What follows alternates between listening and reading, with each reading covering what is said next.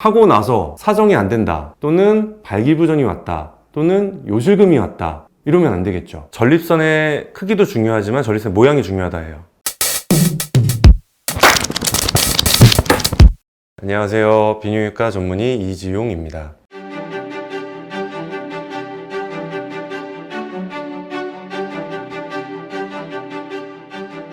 네, 오늘은 전립선 비대증의 일반적인 치료 방법과 최근에 시행하고 있는 하이브리드 테크닉인 유로리프트와 플라즈마 기화술을 동시에 하는 치료 방법에 대해서 말씀드리도록 하겠습니다. 전립선 비대증을 의심할 수 있는 증상은 대표적으로 소변 줄기가 가늘어진 세뇨 증상이 있습니다. 그리고 소변을 보고 나서도 시원하지 않고 잔뇨감이 나는 잔뇨감이 있겠고, 그리고 소변이 자주 마렵거나 밤에 소변 때문에 일어나고 소변이 마려웠을 때 참지 못하고 화장실을 빨리 가야 되는 급박요 증상, 이런 증상이 대표적인 증상이라고 말씀드릴 수가 있겠습니다. 약물 치료는 크게 두 가지로 나눠 볼 수 있습니다. 첫 번째는 알파 차단제라는 약물입니다. 전립선 비대증이 생기게 되면 이 전립선부 요도가 좁아지게 돼서 이제 여러 가지 배뇨와 관련한 불편감이 나타나게 되는데, 알파 차단제를 복용하게 되면 전립선 주변에 있는 요도 관략근이 이완되면서 소변 길이 넓어지는 효과를 주게 됩니다. 그래서 이 전립선 비대증이 있을 때 가장 먼저 치료하는 약물 치료는 알파 차단제가 되겠습니다. 두 번째 약물 치료 방법은 5알파 환원효소 억제제라는 약물입니다. 전립선 비대증은 남성 호르몬의 영향을 받아서 전립선이 커지게 되는 증상을 얘기하게 되는데, 5알파 환원효소 억제제는 이 활성화된 남성 호르몬 수치를 떨어뜨림으로써 약 20% 또는 한 30% 정도의 전립선 크기를 줄여줌으로써 배뇨 증상을 개선하는 효과를 주게 됩니다. 약물 치료 이외에는 이제 수술적인 치료 방법이 있습니다. 예전부터 많이 해왔던 치료 방법은 전립선 절제술입니다. 이 비대해진 전립선 조직을 열 또는 레이저를 이용해서 깎아주는 치료 방법입니다. 전립선부 요도를 넓혀주는 효과를 주게 됩니다. 마지막으로는 유로리프트라고 하는 전립선 결찰술이라는 시술이 있습니다. 내시경을 통해서 비대해진 전립선 조직을 결찰살을 통해서 묶어주게 됩니다. 전립선 결찰사는 니켈, 합금을 이용해서 만든 재료입니다. 전립선 결찰기 내에는 앞서 말씀드렸던 전립선 결찰사가 들어있습니다. 그래서 이 전립선 결찰기를 내시경을 통해서 전립선부로 진입을 시킵니다. 그래서 내시경을 보면서 유관적으로 비대해진 전립선 조직을 묶어주게 됩니다. 그럼으로써 전립선부 요도를 넓혀주게 되겠죠. 그래서 제가 지금 말씀드릴 시술 방법은 하이브리드 테크닉입니다. 두 가지 시술을 같이 한다는 이야기인데, 첫 번째는 유로리프트입니다. 환자분들이 유로리프트라는 시술을 선호하시고 유로리프트 시술을 원하시는 이유는 합병증에 대한 걱정입니다.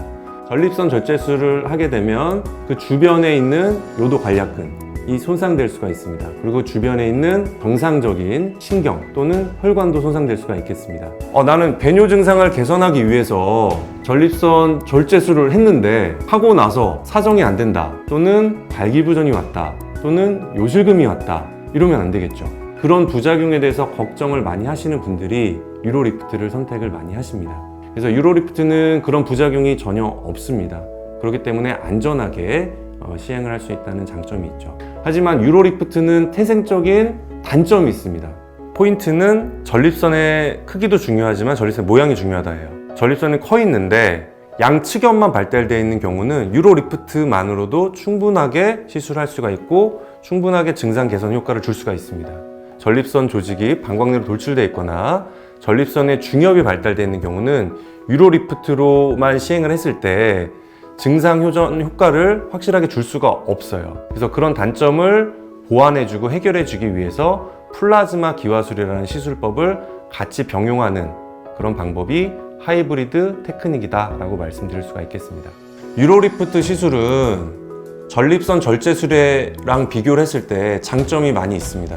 대표적으로 전신 마취를 하지 않아도 된다라는 장점이 있습니다. 그리고 시술 시간이 짧습니다.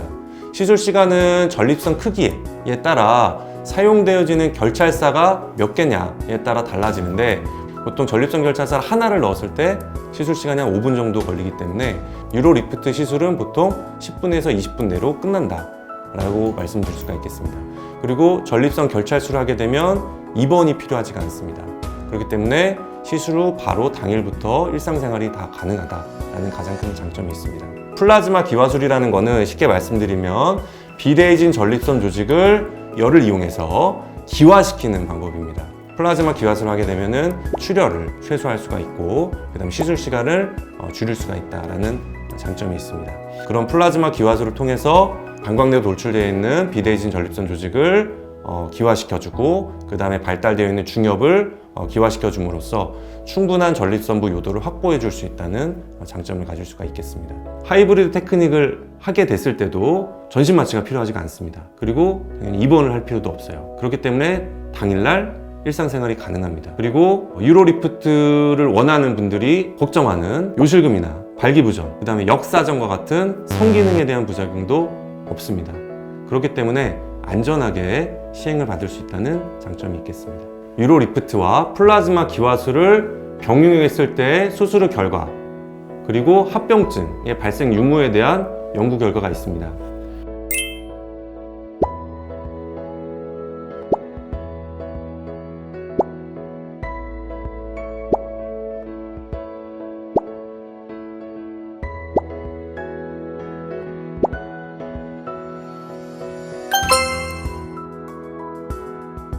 이 결과에서 보는 바와 같이 이 하이브리드 테크닉을 이용해서 시술을 하였을 때 이제 환자분들이 전립선 치료를 하고 나서 발생할 수 있는 성기능 저하, 그다음에 요실금 이런 증상이 전혀 없었다라는 결과를 말씀드릴 수가 있겠습니다. 그래서 지금 이제 말씀드릴 환자분은 58세 남자 환자분이고 수년 전부터 있었던 배뇨 증상이 있어서 저희 병원에 내원하셨던 분입니다. 전립선 크기는 약 40g 정도로 확인됐었고 이 왼쪽에 보이는 사진이 이제 시술 전 요도 방광 내시경 사진입니다. 비대해진 전립선 조직으로 인해서 전립선부 요도가 많이 좁아져 있는 모습을 확인할 수가 있죠. 다행히도 양측엽만 발달되어 있었고 유로리프트만으로도 충분하게 시술을 할 수가 있었습니다. 그래서 결찰사는 양쪽에 한 개씩 총 2개의 결찰사만을 사용해서 충분한 전립선부 요도를 확보한 결과를 보였습니다. 네, 이분은 78세 남자 환자분이었습니다. 이분은 이제 수년 전부터 배뇨 불편감이 있어서 근처 비뇨기과에서 약물 치료하였는데 증상 호전이 없었다라고 해서 저희 병원에 내원하셨던 분입니다. 초음파에서 80g이면 이제 정상 크기의 4배 정도로 큰 분이었고 그렇기 때문에 예상했던 바와 같이 전립선 모양이 양측엽도 많이 발달되어 있었지만 전립선 중엽이 굉장히 많이 비대해져 있는 모습을 확인할 수가 있었습니다. 그런 경우에 있어서는 이 중엽, 발달되어 있는 중엽을 해결해 줘야 되는데 하이브리드 테크닉을 이용해서 발달되어 있는 전립선 중엽을 플라즈마 기화술을 이용해서 치료를 해 주었습니다. 결찰사는 양측에 각각 2개씩 그래서 총 4개의 결찰사를 사용하였고 발달되어 있는 전립선 중엽은 플라즈마 기화술을 통해서 치료를 하였습니다. 그래서 시술 후에는 굉장히 넓어진 전립선부 요도를 확인할 수가 있겠습니다. 유로리프트만을 시행했을 때는 약 80g의 전립선 크기를 가지고 있는 환자분들은 대략 전립선 결찰사가 최소 6개에서 8개 정도가 사용되었다면 하이브리드 테크닉을 이용한 플라즈마 기화술을 병용했을 때는 사용되어지는 결찰사의 수를 줄일 수가 있습니다. 그래서 이와 같이 전립선 결찰사를 4개만을 이용해서도 충분하게 전립선부 요도를 확보할 수 있기 때문에 시술 시간도 줄이고 시술 비용도 줄일 수 있다는 장점이 있겠습니다. 전립선 절제술을 하더라도 시술 후에 재발이 될 수 있고 그로 인해서 재시술 가능성이 있습니다. 유로리프트도 마찬가지입니다. 이 유로리프트도 전립선 조직을 완전히 다 없애주는 게 아니라 비대해진 전립선 조직을 묶어주고 하이브리드 테크닉을 이용한다면 이 비대해진 전립선 중엽을 기화시켜서 다듬는 작업을 하기 때문에 시술 후에 재발 가능성이 있습니다. 그래서 통계적으로는 한 5년에서 10년 정도 지났을 때는 전체 시술 환자 중에 10% 정도는 재시술 가능성이 있다. 이렇게 설명드릴 수가 있겠습니다. 전립선 비대증은 기본적으로 노화 관련성이 있습니다. 그래서 나이를 먹으면서 전립선 크기는 누구나 다 커질 수가 있겠고 전립선이 커지게 되면 전립선 비대증으로 인한 증상이 나타나게 됩니다. 이런 증상을 빨리 치료하지 않고 오랫동안 방치를 하게 되면 전립선 비대증으로 인한 여러 가지 합병증이 생기게 됩니다. 그렇기 때문에 이런 배뇨 관련한 불편감이 있게 됐을 때는 빨리 비뇨기과에 오셔서 치료를 하시는 게 삶의 질을 더 향상시킬 수 있고 전립선 비대증으로 인한 여러 가지 합병증을 막을 수 있는 방법이 되겠습니다.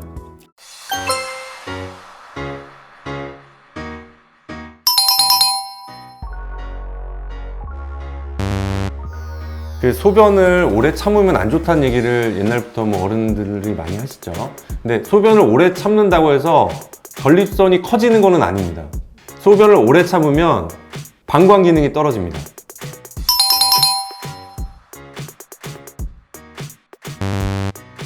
성관계 시간이 오랫동안 된다면 나는 정력이 강하다, 이렇게 일반적으로 표현을 하시는 것 같아요. 그러면서 그냥 흔하게 전립선이 강해진다, 이렇게 표현을 하시는 것 같은데 그거는 좀 잘못된 표현입니다. 그거를 오랫동안 참게 되면 오히려 전립선에 좋지가 않습니다. 네, 뭐 전립선에 염증이 생길 수도 있어요.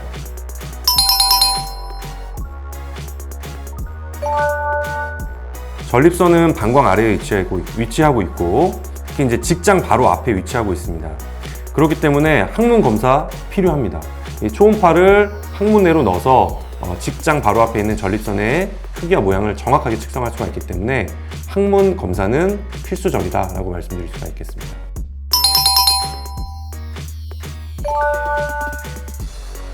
근데 실제로 전립선 누르게 되면은 일반적으로는 기분이 썩 좋지가 않아요.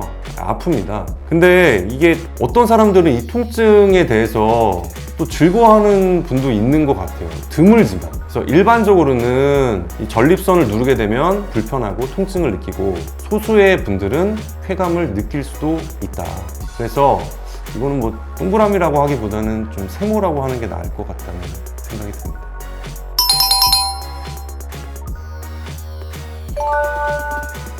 그 감기약의 종류가 여러 종류가 있죠. 그 여러 가지 감기약 중에서 콧물을 멈추게 하는 약이 이 전립선부 주변에 있는 요도 관략근을 수축을 시킵니다. 그렇기 때문에 전립선 비대증이 있는 분들은 감기약을 먹을 때 주의하셔야 되고, 감기약을 처방받을 때 나는 전립선 비대증이 있다라는 말을 꼭 의사에게 해주셔야 합니다.